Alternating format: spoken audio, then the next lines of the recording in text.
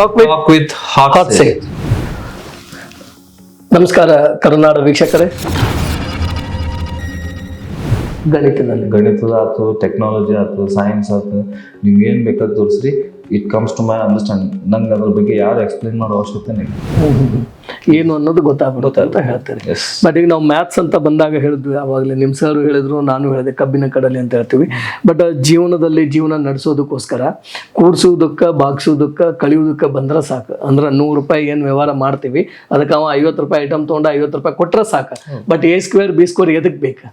ಸಹಜವಾಗಿ ಅಂತಂದ್ರೆ ಸಹಜವಾಗಿ ಮಾನವನ ಬುದ್ಧಿವಂತಿಕೆ, ಸಹಜವಾಗಿ ಲೆಕ್ಕ ಮಾಡೋ ಸಾಮರ್ಥ್ಯವನ್ನು ಹೊಂದಿದೆ. ಈಗ ನಾವು ಸಂಖ್ಯೆಗಳು ಯಾಕೆ ಬೇಕು? ಈಗ ಲೆಕ್ಕ ಮಾಡ್ತೀವಿ ಅಂದ್ರೆ ಸಂಖ್ಯೆಗಳು ಬೇಕು. ಸೊ ಮುಂಚೆ ಎಲ್ಲ ಈಗ ನಾವು ಸಾವಿರಾರು ವರ್ಷಗಳ ಹಿಂದೆ ಹೋದ್ವಿ ಅಂತಂದ್ರೆ ಲಿಟ್ರೇಚರ್ ಫಾರ್ಮ್ ಒಳಗಿಲ್ಲ, ಅಂದ್ರೆ ಅಕ್ಷರಗಳಲ್ಲಿ ಇರಲಿಲ್ಲ. ಅಕ್ಷರಗಳು ಬೈದ ಸಮಯದ ಒಂದು ರಿಕ್ವೈರ್ಮೆಂಟ್. ನಾವು ಮನುಷ್ಯ ಹೆಂಗೆ ಸಮಸ್ಯೆಗಳಲ್ಲಿ ಬಿದ್ದ ಆ ರೀತಿಯ ಆವಿಷ್ಕಾರಗಳು ಆದವು. ಈಗ ಮಾನವನ ಬುದ್ಧಿವಂತಿಕೆ ಹೆಂಗೆ ಕೆಲಸ ಮಾಡ್ತಾರೆ? ಸಹಜವಾಗಿ ಈಗ ನಾವು ಅಂಗಡಿಗೆ ಹೋದಂತ ಸಹಜವಾಗಿ ಲೆಕ್ಕ ಮಾಡ್ತೀವಿ. ನಾವು ಸಂಖ್ಯೆಗಳು ಗೊತ್ತದ, ಅದಕ್ಕೆ ಲೆಕ್ಕ ಮಾಡ್ತೀವಿ.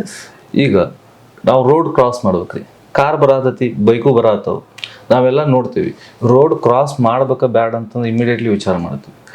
ಇದೇ ನೀವು ವಿಚಾರ ಪೇಪರ್ನೇ ಮಾಡ್ಬೇಕಂದ್ರೆ 2 ಪೇಜ್ ಬೇಕು.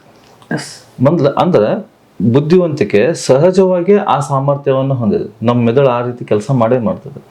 ಸೊ ಗಣಿತ ಸಹಜವಾಗಿ ಎಲ್ಲರಿಗೂ ಬರ್ತೈತಿ.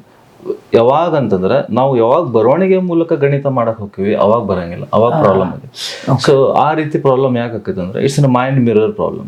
ಸೊ ನಾವೇನ್ ನೋಡ್ತೀವಿ ಸಹಜವಾಗಿ, ಅದು ಸುಮಾರು ಈಗ 50 ಜನ ಒಂದು ಕ್ಲಾಸ್ ರೂಮ್ನಾಗ ಅದಾರ ಅಂತಂದ್ರೆ 5 ರಿಂದ 10 ಜನಕ್ಕೆ ಅಷ್ಟ ಅರ್ಥ ಆಕೈತಿ. ಬಾಕಿ ಜನರಿಗೆ ಆ ರೀತಿ ಅರ್ಥ ಆಗಂಗಿಲ್ಲ. ಅದು ಯಾಕೆ ಅರ್ಥ ಆಗಂಗಿಲ್ಲ ಅಂತಂದ್ರೆ it's mind mirror problem, it's psychological issues. ಇದನ್ನು ಬೇರೆ ಬೇರೆ ರೀತಿಯಲ್ಲಿ ಹೇಳ್ಬೇಕಂದ್ರೆ ಇಟ್ಸ್ ಟೆಕ್ನಿಕಲ್ ಭಾಳ ಪ್ರಾಬ್ಲಮ್ ಅದ. ಸೊ ನಾ ಅದ್ರ ಬಗ್ಗೆ ಭಾಳ ಆಳವಾಗಿ ಹೋಗಂಗಿಲ್ಲ. ಸೊ ಅದಕ್ಕೆ ನಾವು 7 ದಿನದ ಗಣಿತದಲ್ಲಿ ಆ ಒಂದಿಷ್ಟು ಸಮಸ್ಯೆಗಳನ್ನ ನಾವು ಬಗೆಹರಿಸ್ತೀವಿ, ಮೇಜರ್ಲಿ ಯೋಚನೆಗಳು. ಹೌದು. ಸೊ ಒಂದಿಷ್ಟು ಸಂಖ್ಯೆಗಳ ರಚನೆ ಹೆಂಗಾಗಿದೆ ಅಂತಂದ್ರೆ ಯಂತ್ರದ ರೂಪದಲ್ಲಿ ಆಗಿದೆ. ಈಗ ನಾವು ಸಹಜವಾಗಿ ಶುಭ ಮತ್ತು ಲಾಭ ಯಂತ್ರಗಳನ್ನು ಹೆಂಗೆ ಬಳಸ್ತೀವಿ, ಸೊ ಸಂಖ್ಯೆಗಳನ್ನ ಆ ರೀತಿ ಅರೇಂಜ್ಮೆಂಟ್ ಮಾಡಿದ ಕೆಲಷ್ಟು ಲೆಕ್ಕಗಳನ್ನು.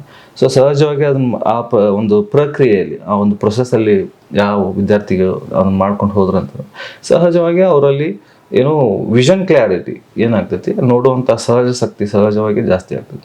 ಸೊ ಅದಿಷ್ಟ ಆದ್ಮ್ಯಾಗ ಸಹಜವಾಗಿ ಅವ್ರ ಗಣಿತ ಅರ್ಥ ಆಗ್ತದೆ. ಅಲ್ಲಿ ನನ್ನ ಕೆಲಸ ಇಲ್ಲ. ಇನ್ನು ಬೇರೆ ರೀತಿ ಹೇಳ್ಬೇಕಂತಂದ್ರೆ ಬುದ್ಧಿವಂತಿಕೆ ಬೇರೊಂದು ರೀತಿಯ ಒಂದು ಆಯಾಮಕ್ಕೆ ಸಂಬಂಧಪಡ್ತದೆ. ಸೊ ಈಗ ನಾವು ರೆಕಮೆಂಡ್ ಮಾಡ್ತೀವಿ, ಈಗ ನಾಗದೋಷ, ಇವು ಬುದ್ಧಿವಂತಿಕೆ ಸಮಸ್ಯೆ. ಯಾಕಂದ್ರೆ ಕೆಲವಿಷ್ಟು ನಮ್ಮ ಬುದ್ಧಿವಂತಿಕೆ ಸಹಜವಾಗಿ ನಮ್ಮ ವಿರುದ್ಧ ಕೆಲಸ ಮಾಡ್ತಿರ್ತದೆ. ಅದು ಸಾಮಾನ್ಯ ವ್ಯಕ್ತಿಗಳಾದ ಅರ್ಥ ಆಗಂಗಿಲ್ಲ. ಸೊ ಕೆಲವಿಷ್ಟು ಈಗ ನಾವು ಈ ರೀತಿ ಮಾತಾಡಿದ್ವಿ ಅಂತಂದ್ರೆ ಅನ್ಸೈಂಟಿಫಿಕ್ ಅನ್ನಿಸ್ತದೆ, but it is a science.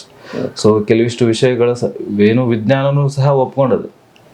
ಇವತ್ತಿಗೆ ನಾವು ಅಟಾಮಿಕ್ ಸೈನ್ಸ್ ನೋಡಿದ್ವಿ ಅಂತಂದ್ರೆ ಅಟಾಮಿಕ್ ಸೈನ್ಸ್ ಅದ್ರದ್ದು ರಿಸರ್ಚ್ ಸೆಂಟರ್ ಎದುರುಗಡೆ ನಟರಾಜನ್ ಸ್ಟ್ಯಾಚ್ಯೂ ಹಾಕ್ಯಾರ. ಅವ್ರು ಒಪ್ಕೊಂತಾರೆ. ಬಿಗ್ ಬ್ಯಾಂಗ್ ಆಗಿರೋದು ಬರೀ ಒಂದು ಬ್ಲಾಸ್ಟ್ ನಿಂದಲ್ಲ, it's multiple bangs happen. So ಬಹಳಷ್ಟು ಟೆಕ್ನಾಲಜಿ ಅದು. ಯಾಕಂದ್ರೆ ಯಾರು ಬರೆದಿಟ್ಟಾರ, ಏನು ವಿಜ್ಞಾನ ಏನು ಹೇಳ್ಕೊಡ್ತದೆ ಅದಷ್ಟೇ ಲಿಮಿಟೇಷನ್, ಬಿಯಾಂಡ್ ದಟ್ ಲಿಮಿಟೇಷನ್. ವಿಜ್ಞಾನ ಅಂದ್ರೆ ಫಿಸಿಕಲಿ ಇರ್ಬೇಕು ನಿಮ್ಮ ಮುಂದೆ, ಅಂದ್ರೆ ಅದಷ್ಟೇ ಒಪ್ಕೊಂತದೆ. ಯಾವ್ದು ಫಿಸಿಕಲಿ ಇಲ್ಲ ಅದನ್ನ ಒಪ್ಕೊಂಡಂಗಿಲ್ಲ. ಅಂದ್ರೆ ನಿಮ್ ಪ್ರಕಾರವಾಗಿ ಜೀವನ ಮಾಡ್ಬೇಕಂದ್ರೆ +- ಸಾಕು. ಬಟ್ ಅತಿ ಬುದ್ಧಿವಂತರಿಗೆ ಮಾತ್ರ A² B² ಬೇಕಂತ, ಅಥವಾ ಜೀವನಕ್ಕೋಸ್ಕರ ಅದು ಬೇಕಂತ ಹೇಳ್ತೀವಿ? ಇಲ್ಲ, ಜೀವನಕ್ಕೋಸ್ಕರ ಅಂತಲ್ಲ. ನಾವು ನೋಡ್ರಿ, ಈಗ ಮಾನವನ ಬುದ್ಧಿವಂತಿಕೆ ಹೆಂಗ್ ಕೆಲಸ ಮಾಡ್ತದೆ, ನಮ್ಗೆಲ್ಲ ಏನು ಅವಶ್ಯಕತೆನೇ ಇಲ್ಲ. ಸಹಜವಾಗಿ ಹಂಗ್ ನೋಡಿದ್ರ ಅಂತಂದ್ರೆ ನಮ್ ಕಾರು ಬೇಡ. ಹಿಂದಿನ ಕಾಲದಾಗ ಎಲ್ಲ ಬದುಕು ಅಂತಾನೆ ಬಂದ್ಬಿಟ್ಟ. ನಾವೀಗ ಬದುಕಬೇಕು ಅಂತಂದ್ರೆ ನಾವು ಮನೆಯಲ್ಲಿದ್ದನ ಬದುಕ್ಬೋದು. ಸಹಜವಾಗಿ ಒಂದಿಷ್ಟು ಮಿತಿಯನ್ನು ಹಾಕೊಂಡು ನಾವು ಬದುಕು ನಡೆಸ್ಬೇಕಂತ. ಇವತ್ತು ನಮ್ಗೆ ಫೋನು ಬೇಡ, ಲ್ಯಾಪ್ಟಾಪ್ ಬೇಡ, ಏನು ಬೇಡ.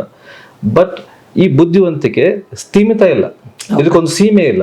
ಇವತ್ತು ಈಗ ನೀವು ಈಗ ಇಡೀ ಪ್ಲಾನೆಟ್ ಜಗತ್ತಿನ ಕಿಂಗ್ ಮಾಡಿದ್ವಿ ಅಂತಂದ್ರೆ ನೀವು ಸಹಜವಾಗಿ ಮ್ಯಾಲ ನೋಡ್ತೀವಿ, ಚಂದ್ರನೂ ಅದನ್ನ, ಮಂಗಳನೂ ಅದನ್ನ, ಅಲ್ಲಿ ಆಗ್ಬೇಕು.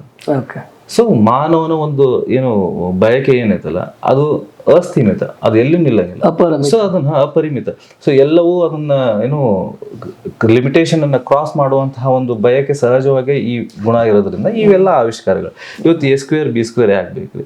ಈ A² B² ಅದರದೇ ಆದ ಒಂದು ರೀತಿಯ ವ್ಯಾಪ್ತಿಯ ಲೆಕ್ಕಗಳದಾವು. ವ್ಯಾಪ್ತಿಯಲ್ಲಿ ಅದನ್ನ ಬಳಸಲಾಗತ್ತೆ. ಸೊ ಆ ವ್ಯಾಪ್ತಿಯಲ್ಲಿ ಕೆಲವಿಷ್ಟು ಸಮಸ್ಯೆಗಳನ್ನ ಬಗೆಹರಿಸಬೇಕು ಅಂತಂದ್ರೆ ಆ ರೀತಿಯ ಒಂದು ರಚನೆ, ಆ ರೀತಿಯ ಒಂದು ಅಕ್ಷರಗಳನ್ನ ನಾವು ಬಳಸ್ತೀವಿ. ಈಗ ನೀವು ಗಣಿತದಲ್ಲಿ ನಾವು ನೋಡ್ಬೇಕಂತಂದ್ರೆ ಬೇರೆ ಭಾಷೆಗಳಲ್ಲಿ ನಾವು ಪದಗಳಂತ ಕರಿತೀವಿ. ಈ ABC 1 2 3 ಇವೆಲ್ಲ ಗಣಿತದಲ್ಲಿ ಪದಗಳು ಇವೆಲ್ಲ. ಸೊ ಅದರ ಭಾಷೆ ಅದು. ನಮ್ಮ ಭಾಷೆ ಈಗ ನಾವು ಶಬ್ದಗಳಲ್ಲಿ ಮಾತಾಡಕತ್ತೀವಿ. ಗಣಿತದ ಭಾಷೆ ಮಾತಾಡ್ಬೇಕಂದ್ರೆ ಗಣಿತ ಪದಗಳನ್ನ ಬಳಸಬೇಕು. ಸೊ ಅದಕ್ಕೂ ಪದಗಳದು. ಬಟ್ ಆ ಪದಗಳ ಅರ್ಥ ಸಾಮಾನ್ಯ ಜನರಿಗೆ ಅರ್ಥ ಆಗಂಗಿಲ್ಲ. ಸೊ ಅದನ್ನ ಅರ್ಥ ಮಾಡ್ಕೋಬೇಕಂದ್ರೆ ಕೆಲವಿಷ್ಟು ಪ್ರಕ್ರಿಯೆಗಳು ಬಹಳಷ್ಟು ಮುಖ್ಯ. ಯಾಕಂದ್ರೆ ಬುದ್ಧಿವಂತಿಕೆಯನ್ನ ಒಂದು ಸರಿಯಾದ ದಾರಿಯಲ್ಲಿ ತಗೊಂಬರೋದು. ಸೊ ದಾರಿ ಒಳಗೆ ತಂದ್ರೆ ಅವ್ರಿಗೆ ಆ ಭಾಷೆ ಅರ್ಥ ಆಗ್ತದೆ. ನೋಡೋದ್ಲ ವೀಕ್ಷಕರೇ, ಇಷ್ಟೆಲ್ಲ ಇನ್ನೂ ಆಳವಾಗಿ ತಿಳ್ಕೊಬೇಕಂತಂದ್ರೆ ನೀವು ಭೈರವಿ ವಿದ್ಯಾ ಕೋಚಿಂಗ್ ಸೆಂಟರ್ ಸೇರ್ಕೋಬೇಕು. 7 days ಏನು ಅನ್ನೋ ಮ್ಯಾಥ್ಸ್ ಅಲ್ಲಿ ಏನು ಹೇಳ್ತಾರ, ಆ ಮ್ಯಾಥ್ಸ್ ಅನ್ನ 7 days ಏನು ಕ್ಲಾಸಸ್ ಇರ್ತಾವ ಅಲ್ಲಿ ನಿಮ್ಗೆ ಹೇಳ್ಕೊಡ್ತಾರ. ಸರ್, ಈಗ ಇದ್ರ ಜೊತೆಯಾಗಿ ನಾವು ಮಾತಾಡ್ತಾ ಬಂದ್ರೆ ಗಣಿತ ಅಂತ ಹೇಳಿ ನಾವು ಹೇಳ್ತೀವಿ ಅಥವಾ ಲೆಕ್ಕಗಳು ಅಂತ ಹೇಳ್ತೀವಿ. ಮಾತಾಡ್ಬೇಕಾದ್ರೆ ಗೌರ್ಮೆಂಟ್ ಸ್ಕೂಲ್ ಇರಲಿ ಅಥವಾ ಪ್ರೈವೇಟ್ ಸ್ಕೂಲ್ ಇರಲಿ, ಯಾಕಂದ್ರೆ ನಾನು ಒಂದು ಸ್ವಲ್ಪ ಗೌರ್ಮೆಂಟ್ ಸ್ಕೂಲಿಗೆ ಭಾಳ ಒತ್ತನ್ನು ಕೊಡ್ತೇನೆ. ಅದರಲ್ಲಿ ಮಾತಾಡೋ ಆ ಟೀಚರ್ಸ್ಗಳು ಕೂಡ ಹೇಳ್ಕೊಡ್ಬೋದಲ್ಲ ಗಣಿತದ ಬಗ್ಗೆ. ಅದ್ರ ಬಗ್ಗೆ ಹೇಳೋದಾದ್ರೆ ಸೆಲ್ಫ್ ಅಂದ್ರೆ ಸ್ವವಿಚಾರವಾಗಿ ಹೇಳುವುದಾದ್ರೆ ಏನು ಹೇಳ್ತೀರಿ? ಈಗ ಗಣಿತ ಅಂತಂದ್ರೆ ಸಾಮಾನ್ಯವಾಗಿ ಬಹಳಷ್ಟು ಎಜುಕೇಟೆಡ್ ಪೀಪಲ್ಸ್ ಅದಾರ ಹೊರಗಡೆ ಎಲ್ಲ. ಬಹಳಷ್ಟು ಗೋಲ್ಡ್ ಮೆಡಲಿಸ್ಟ್, ನನಗಿಂತ ಹೆಚ್ಚು ತಿಳಿದವರು ಹೊರಗಡೆ ಅದಾರ. ಬಟ್ ಗಣಿತ ಹೇಳುವಂತ ರೀತಿ, ಯಾಕಂದ್ರೆ ಅದಕ್ಕೆ ಗಣಿತ ಏನಾಗ್ಬಿಟ್ಟದ ಅಂದ್ರೆ ಪುಸ್ತಕದ ಬದನೆಕಾಯಿ ಆಗ್ಬಿಟ್ಟದು ಗಣಿತ. ಸೊ ಪುಸ್ತಕದಲ್ಲಿ, ಸೊ ಯಾವ್ದು ಪುಸ್ತಕದಲ್ಲಿ ಐತಿ ಅದನ್ನ ಅನುಭವಿಸ್ಲಿಲ್ಲ ಅಂತಂದ್ರೆ ಸಹಜವಾಗಿ ಯಾವ ವಿಷಯನೂ ನಿಮ್ಗೆ ಅರ್ಥ ಆಗಂಗಿಲ್ಲ. ಅದಕ್ಕೆ ನಮ್ಮಲ್ಲಿ ಒಂದು ಮಾತದೆ, ಪುಸ್ತಕ ಓದ್ಬೇಕು, ಕೋಶ ಓದ್ಬೇಕು, ದೇಶ ಸುತ್ತಬೇಕು. ಈಗ ಬರೀ ಕೋಶ ಓದಿ ಬರೀ ಕೋಶದಲ್ಲಿ ಇರೋದನ್ನ ತಿಳ್ಕೊಬೇಕು ಅಂತಂದ್ರೆ ಹೊರಗಡೆ ಜಗತ್ತು ನಮ್ಗೆ ಗೊತ್ತಾಗಲ್ಲ. ಈಗ ಗಣಿತ ಹೆಂಗದ, ಕೋಶದಲ್ಲಿ ಇದ್ದಿದ್ದು ನಾವು ಅದನ್ನ ಪ್ರಾಕ್ಟಿಕಲ್ ಆಗಿ ಕನ್ವರ್ಟ್ ಮಾಡಿಲ್ಲ ಅಂತಂದ್ರೆ ಅದನ್ನ ಯಾಕೆ ಬಳಸ್ತೀವಿ ಅಂತ ನಮ್ಗೆ ಗೊತ್ತಾಗಿಲ್ಲ. ಸಹಜವಾಗಿ ಗಣಿತ ಯಾರ ಬುದ್ಧಿವಂತಿಕೆಗೂ ಅರ್ಥ ಮಾಡಲ್ಲ. ಯಾಕಂದ್ರೆ ಇದು ಬುದ್ಧಿವಂತಿಕೆ ಹೆಂಗ್ ಕೆಲಸ ಮಾಡತ್ತಂದ್ರೆ ಇದಕ್ಕೆ ಅರ್ಥ ಆದ್ರೆ ಅಷ್ಟೇ ಮುಂದೆ ಹೋಗ್ತೈತಿ, ಇಲ್ಲ ಅಂದ್ರೆ ಸ್ಟಾಪ್ ನಿಂದಿರ್ತದೆ, ಮುಂದೆ ಹೋಗಂಗಿಲ್ಲ ಇದು. ಸೊ ಮಕ್ಕಳಿಗೆ ಸಹಜವಾಗಿ ಯಾರ ಮಕ್ಕಳಿಗೆ ಅರ್ಥ ಆಗ್ತದೆ ಅವ್ರು ಮುಂದೆ ಹೋಗ್ತದೆ. ಯಾರು ಒಂದು ಸಣ್ಣ ಸಮಸ್ಯೆ ಬಂತಂದ್ರೆ ಅದನ್ನ ಆ ಮೂಮೆಂಟಿಗೆ ನಾವು ಬಗೆಹರಿಸಲಿಲ್ಲ ಅಂದ್ರೆ ಅದು ಕಡ್ಡಿ ಹೋಗಿ ಗುಡ್ ಆಕೈತಿ. ದೊಡ್ಡ ಸಮಸ್ಯೆ ಟೀಚರ್ಸ್ಗಳಾದವರು ಅದನ್ನ ಹೇಳ್ಕೊಡ್ಬೇಕಂತ ಹೇಳ್ತಾರೆ. ಹೌದು, ಟೀಚರ್ಸ್ ಎಲ್ಲ ಅದನ್ನ ಹೇಳ್ಕೊಡ್ಬೇಕು. ಟೀಚರ್ಸ್ಗೆ ಈಗ ಏನಾಗಿದೆ, ಗಣಿತದ ಬಗ್ಗೆ ವಿಶೇಷವಾಗಿ ಇದನ್ನ ಬಹಳಷ್ಟು ಜನ ಆವಿಷ್ಕರಿಸಿರೋದ್ರಿಂದ ಒಂದು ಪುಸ್ತಕದಲ್ಲಿ ಅದನ್ನ ಒಂದು ರೀತಿಯಲ್ಲಿ ಅಳವಡಿಸಿರೋದ್ರಿಂದ ಸಹಜವಾಗಿ ಕಳೆದ 100-120 ವರ್ಷಗಳಿಂದ ಇದೇ ಸಮಸ್ಯೆನ ಅದ. ಯಾಕಂದ್ರೆ ಯಾವಾಗ ಮಾಡರ್ನ್ ಎಜುಕೇಶನ್ ಯಾವಾಗ ಬಂತಾರೆ ಅವಾಗಿಂದನೂ ಇದೇ ಸಮಸ್ಯೆನ ಅದ. ಸೊ ಇದನ್ನ ಬಗೆಹರಿಸ್ಬೇಕಂತಂದ್ರೆ ಸರಿಯಾದ ಟೀಚರ್ಸ್ ಟ್ರೈನಿಂಗ್ ಪ್ರೋಗ್ರಾಮ್ಸ್ ಆಗ್ಬೇಕು. ಸೊ ಟೀಚರ್ಸ್ ಟ್ರೈನಿಂಗ್ ಪ್ರೋಗ್ರಾಮ್ಸ್ ಅಂದ್ರೆ ಏನ್ರಿ, ಯಾರು ಹೇಳ್ಬೋದು? ಸೊ ನನಗದು ಗೊತ್ತಿಲ್ಲ. ಬಟ್ ನಾನು ಇದ್ರ ಬಗ್ಗೆ ಬಲ್ಲವನಾಗಿ ಮುಂದಿನ ದಿನಗಳಲ್ಲಿ ನಾವು ಟೀಚರ್ಸ್ ಟ್ರೈನಿಂಗ್ ಪ್ರೋಗ್ರಾಮ್ ನಾವು ಸ್ಟಾರ್ಟ್ ಮಾಡ್ತೀವಿ. ಪ್ರೈವೇಟ್ನವ್ರಿಗೂ ಸಹ ಮತ್ತು ಗೌರ್ಮೆಂಟ್ ಸ್ಕೂಲ್ನವ್ರಿಗೂ ಸಹ ಹೆಚ್ಚಿನ ವಿಶೇಷವಾಗಿ ನಾವು ಗೌರ್ಮೆಂಟ್ ಸ್ಕೂಲಿಗೆ ಹೆಚ್ಚು ಪ್ರಾಮುಖ್ಯತೆಯನ್ನು ಕೊಡ್ತೀವಿ. ಯಾಕಂದ್ರೆ ನಮ್ಮ ದೇಶದಲ್ಲಿ ಹೆಚ್ಚು ಹಳ್ಳಿಗಳದಾವ, ಸಾಕಷ್ಟು ಹಳ್ಳಿ ಇದ್ರಂಥದ್ದು. ಆ ಸಮುದಾಯವನ್ನು ಬಲಪಡಿಸ್ಬೇಕು ಅಂತಂದ್ರೆ ಅಲ್ಲಿರುವಂಥ ಶಿಕ್ಷಕರನ್ನ ಬಲಪಡಿಸೋದು ಬಹಳ ಮುಖ್ಯ. ಸೊ ಅವ್ರನ್ನ ಬಲಪಡಿಸಿದ್ವಿ ಅಂತಂದ್ರೆ ಸಹಜವಾಗಿ ನಾವು ಒಂದು ಹಳ್ಳಿಯನ್ನ ಒಂದು ಬೇರೆ ಒಂದು ಹಂತದಲ್ಲಿ ನಾವು ತಗೊಂಡು ಹೋದಂಗೆ ಒಂದು ಬೆಳವಣಿಗೆ ಹೊಂದೋದಕ್ಕೆ ನಾವು ಒಂದು ಮಾರ್ಗ ಮಾಡಿಕೊಡ್ತೇವೆ. ನಾವು ಹಳ್ಳಿಗಳನ್ನ ಬೆಳೆಸಿದ್ವಿ ಅಂತಂದ್ರೆ ಸಹಜವಾಗಿ ನಾವು ನಮ್ಮ ದೇಶವನ್ನ ಬೆಳೆಸ್ತೀವಿ. ಸಹಜವಾಗಿ ಒಂದು ಅತ್ಯಂತ ಒಂದು ಸದೃಢ ದೇಶವನ್ನಾಗಿ, ಬುದ್ಧಿವಂತ ದೇಶವನ್ನಾಗಿ ಮಾಡ್ಬೋದು. ಸೊ ಬಾಕಿ ವಿಷಯಗಳನ್ನ ನಾವು ಸಹಜವಾಗಿ ಮಾಡಿದ್ವಿ. ಗಣಿತ ಒಂದು ಸದೃಢ ಆಯ್ತು ಅಂದ್ರೆ ಸಹಜವಾಗಿ ಬಾಕಿ ಎಲ್ಲಾ ವಿಷಯಗಳು, ಬಾಕಿ ಎಲ್ಲಾ ತಿಳುವಳಿಕೆಗಳು ಆ ವ್ಯಕ್ತಿಗೆ ಅರ್ಥ ಆಗ್ತಾವ. ಆ ವ್ಯಕ್ತಿ ಅರ್ಥ ಆಯ್ತು ಅಂದ್ರೆ ಅವ್ನ ಮನಿ ಉದ್ಧಾರ ಆಕೈತಿ, ಅವ್ನ ಮನಿ ಉದ್ಧಾರ ಆಯ್ತಂದ್ರೆ ನಮ್ಮ ದೇಶ ಉದ್ಧಾರ ಆಗುತ್ತೆ. ಈ ಸೋಷಿಯಲ್ ಸರ್ವಿಸ್ ಅಂತ ಬರ್ತೀವಿ, ಗಣಿತ ಅಂತೇಳಿ ಬರ್ತೀವಿ. ಅದ್ರ ಬಗ್ಗೆ ಬಂದಾಗ ನಿಮ್ಮ ಸೋಷಿಯಲ್ ಅಲ್ಲಿ ಬಂದಾಗ, ಯಾಕಂದ್ರೆ ನಾವು ಭೈರವಿ ವಿದ್ಯಾ ಕೋಚಿಂಗ್ ಸೆಂಟರ್ನಲ್ಲಿ ಮಂಜುನಾಥ್ ತನ್ನಿಗೇರಿ ಇರಲಿ ಅಥವಾ ಮಂಜು ಮ್ಯಾಥ್ಸ್ ಅಂತ ಇರಲಿ, ಅದರ ವ್ಯತಿರಿಕ್ತವಾಗಿ ಬಂದಾಗ ಅಂದ್ರೆ ಸ್ವವಿಚಾರ ಏನು ಅವಾಗಲೇ ಹೇಳಿದ್ರೆ ಆ ಪ್ರಕಾರವಾಗಿ ಬಂದಾಗ ನಿಮ್ಮದೇ ಆದ ಸೋಷಿಯಲ್ ಸರ್ವಿಸ್ ಇದೆ. ಅದ್ರ ಬಗ್ಗೆ ಹೇಳೋದಾದ್ರೆ ಸೊ ಈಗ ಗಣಿತ, ಈಗ ನಾವು ಕೆಲವಿಷ್ಟು ನಾವು ಹೇಳ್ತೇನೆ, ಈಗ ಜಗತ್ತಿನ ಗಣಿತ ಕಲಿಬೇಕು ಅಂತಂದ್ರೆ ನಾವೇನು ಇನ್ವೆಂಟ್ ಮಾಡೇವಿ, ಇದ ಮಾರ್ಗ, ಇದ ಒಂದು ರೀತಿಯೊಳಗೆ ಗಣಿತ ಕಲಿತ್ರೆ ಗಣಿತ ಬರ್ತದೆ. ಅವ್ರ ಶಾಲೆಯಾಗಿರೋ ಗಣಿತ ಪೂರ್ತಿ ಈಸಿ ಆಕೈತಿ. ಸೊ ಇದನ್ನ ಗಣಿತ ಕಲಿಬೇಕು ಅಂದ್ರೆ ನಾವು ಸರ್ಕಾರಿ ಶಾಲೆಗಳಿಗೆ, ಸೊ ಕೆಲವಿಷ್ಟು ಬಡ ಜನ ಇರ್ತಾರೆ, ಅವ್ರಿಗೆ ವಿಶೇಷವಾಗಿ ನಾವು ಒಂದಿಷ್ಟು ನಮ್ಮ ಕೋಚಿಂಗ್ ಸೆಂಟರ್ಗೆ ಬಂದ್ರೆ ಡಿಸ್ಕೌಂಟ್ಗಳನ್ನು ಸಹ ಕೊಡ್ತೀವಿ. ಕೆಲವಿಷ್ಟು ಈಗ ಗೌರ್ಮೆಂಟ್ ಸ್ಕೂಲಿಗೆ ನಾವು ಒಂದಿಷ್ಟು ಪ್ರೋಗ್ರಾಮ್ಸ್ಗಳನ್ನು ಮಾಡಕತ್ತೀವಿ. ಈಗ last time power of youth ಜೊತೆನೂ ನಾವು ಒಂದಿಷ್ಟು ಶಾಲೆ, ನಮ್ಮ ಊರಿನ ಗೌರ್ಮೆಂಟ್ ಸ್ಕೂಲಿಗೆ ನೀವು ಬಂದು ಟೀಚಿಂಗ್ ಮಾಡಿ ಹೋಗಿದ್ದೆ ಸರ್, ಅಲ್ಲಿನೂ ಸಹ ನಾವು ಮಾಡೀವಿ. ಈ ರೀತಿಯ ಒಂದಿಷ್ಟು ಕಾರ್ಯಕ್ರಮಗಳನ್ನ ಸರ್ಕಾರಿ ಶಾಲೆಗೆ ವಿಶೇಷವಾಗಿ ಪರ್ಟಿಕ್ಯುಲರ್ ನಾವು ಜಾಸ್ತಿ ಫೋಕಸ್ ಮಾಡಿದ್ವಿ. ಸೊ ಅಲ್ಲಿನೂ ಸಹ ಈ ರೀತಿಯ ಕಾರ್ಯಕ್ರಮಗಳನ್ನ ನಾವು ಮಾಡ್ತೀವಿ. ಮತ್ತು ಬೇರೆ ಸ್ಕೂಲ್ನವ್ರಿಗೂ ಸಹ ನಾವು ಈಗ ಮಾಡಾಯ್ತು ಆಲ್ಮೋಸ್ಟ್ ಎಲ್ಲ ಸ್ಕೂಲ್ನವರೆಲ್ಲ ಬರ್ತಾರೆ. ಇದುವರೆಗೂ ಸುಮಾರು 800 ಜನ ನಮ್ಮ ಗಣಿತವನ್ನು ಮಂಜೂಸ್ ಮ್ಯಾಥ್ಸನ್ನು ಕಲ್ತಿದ್ದಾರೆ.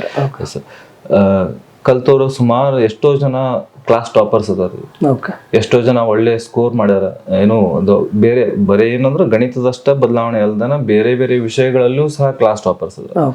ಇದು ಕೋರ್ಸ್ ಅವ್ರ ಬುದ್ಧಿವಂತಿಕೆಯನ್ನ ಸಂಪೂರ್ಣ ಒಂದು ಹಂತದಲ್ಲಿ ಪೂರ್ತಿಯಾಗಿ ಬದಲಾವಣೆ ಮಾಡ್ತಾರೆ. ಇದುವರೆಗೂ ನಾವು ವಿದ್ಯಾರ್ಥಿಗಳಲ್ಲಿ 800 ಜನ ವಿದ್ಯಾರ್ಥಿಗಳಲ್ಲಿ ಕನಿಷ್ಠ ಅಂತಂದ್ರು ನಾವು 50% ಅವರಲ್ಲಿ ಬದಲಾವಣೆ ನೋಡಕ್ ಸಿಕ್ಕದ ನಮ್ಗೆ. ಸೊ ಇದು ನಾ ಹೇಳೋದಲ್ಲ, ಅವ್ರ ಪಾಲಕರು ಮತ್ತು ಅವ್ರು ಸ್ವತಃ ಹೇಳೋದಿದ್ದು, ನಾನ ಏನೋ ಕಂಡಿಡ್ದಂತ ಹೇಳೋದಲ್ಲ. ಬಟ್ ಅದ್ರ ಎಫೆಕ್ಟ್, ಅದ್ರ ಇಂಪ್ಯಾಕ್ಟ್ ಹಂಗದ. ಯಾಕಂದ್ರೆ ನನ್ನ ಬುದ್ಧಿವಂತಿಕೆ ನಾನು ಗಣಿತ ಕಲ್ತಾದ್ಮೇಲೆ ಹೆಂಗಾಯ್ತು ಅಂತಂದ್ರೆ ನನಗೇನು ನೋಡಿದ್ರು ಇಮಿಡಿಯೇಟ್ಲಿ ನೆನ್ಪು ಉಳಿದ್ಬಿಡ್ತಿದ್ದು. ಏನು ನಾ 2001 ಹೆಂಗಾತಂದ್ರಿ, ನೀವು ಯಾವ್ದೇ ಶಬ್ದ ಯಾವ್ದ ಕ್ವಶನ್ ನೀವು ಕೇಳಿದ್ರಿ ಅಂತಂದ್ರೆ ಗಣಿತದಾಗ ಎಷ್ಟನೇ ಪೇಜ್ನಾಗ ಐತಿ ಎಷ್ಟನೇ ಲೈನ್ ಒಳಗೈತಿ ಅಂತ ಹೇಳ್ತಿದ್ದೆ ನಾನು. ನಿಮ್ಗೆ ಅಷ್ಟೊಂದು ಪರ್ಫೆಕ್ಟ್ನೆಸ್ ಆ ಲೆವೆಲಿಗೆ ನಾನು ಬುದ್ಧಿವಂತಿಕೆ ಚೇಂಜ್ ಆಗ್ಬಿಟ್ಟಿತ್ತು. ನನ್ನ ಮೆಮರಿ ಪವರು, ನನ್ನ ಆಲೋಚನೆ ಮಾಡುವಂತ ಅಂದ್ರೆ ಸಹಜವಾಗಿ ಏನು 18-20ನೇ ವಯಸ್ಸಿಗೆ ಏನು ಮೆಚುರಿಟಿ ಬರ್ಬೇಕಿತ್ತು ಅದು ಇಮಿಡಿಯೇಟ್ಲಿ ಆಯ್ತು ನನಗೆ. ಇನ್ನು 14 years ಆಫ್ ಏಜ್ಗೆ ನಾನು ಮೆಚುರಿಟಿ ಬಂದ್ಬಿಟ್ಟು ಸಹಜವಾಗಿ ನಾನು ನೋಡುವಂತ ಏನ್ ನೋಡ್ತೇನೆ ಅದ್ರೊಳಗೆ ಒಂದು ಪ್ರಬುದ್ಧತೆ. ಸೊ ಆ ಕ್ಯಾಲ್ಕುಲೇಷನ್ ಇಮ್ಮಿಡಿಯೇಟ್ಲಿ ಕ್ಯಾಲ್ಕುಲೇಷನ್ ಅಷ್ಟೇ ಅಲ್ಲ, ನಾ ಹೊರಗಡೆ ಎಲ್ಲ ವಿಚಾರಗಳನ್ನ ಹೇಳತ್ತೇನೆ. ಸಹಜವಾಗಿ ಒಬ್ಬ ಹುಡುಗ ಇದ್ ನಾನು ಲಾಸ್ಟ್ ಇಯರ್ ಒಬ್ಬ ಹುಡುಗ ಕಲ್ತು ಹೋಗಿದ್ದ, ಆದಿತ್ಯ ಅಂತ. ಅವ್ನು ನನಗೆ ಹೆಂಗಾತ್ರಿ ಸೇಮ್ ಅದೇ ರೀತಿ ಎಕ್ಸ್ಪೀರಿಯನ್ಸ್ ಮಾಡಿದ ಮ್ಯಾಥಮೆಟಿಕ್ಸ್. ಇದನ್ನ ನಾವೇನು ಇಲ್ಲಿ ಮಂಜೂಸ್ ಮ್ಯಾಥ್ಸ್ ಕಲಿತೀವಿ, ಇದನ್ನ ಎಕ್ಸ್ಪೀರಿಯನ್ಷಿಯಲ್ ವೇ ಅವನ ಅನುಭವಕ್ಕೆ ಬಂತಾರೆ. ಅವ್ನು ಗಣಿತ ಬಿಲ್ಲ ಬೆಳತಂಗ ಮಾಡೋನು. ಸೊ ಈ ಏನು ವಿಚಾರಗಳು ಮತ್ತು ಈ ಬುದ್ಧಿವಂತಿಕೆನ ಬಳಸುವಂತಹ ಸರಿಯಾದ ದಾರಿ ಮಾರ್ಗದರ್ಶನ ನಾವು ಕೊಟ್ಮ್ಯಾಗ ಅವ ಏನು ಮಾಡ್ತಾನೆ, ಅವನಲ್ಲಿ ಸಹಜವಾಗಿ ಏನು ವಿಚಾರದ ಆಯಾಮಗಳು ದೇಹದಲ್ಲಿ ಓಪನ್ ಆಗ್ಬೇಕು.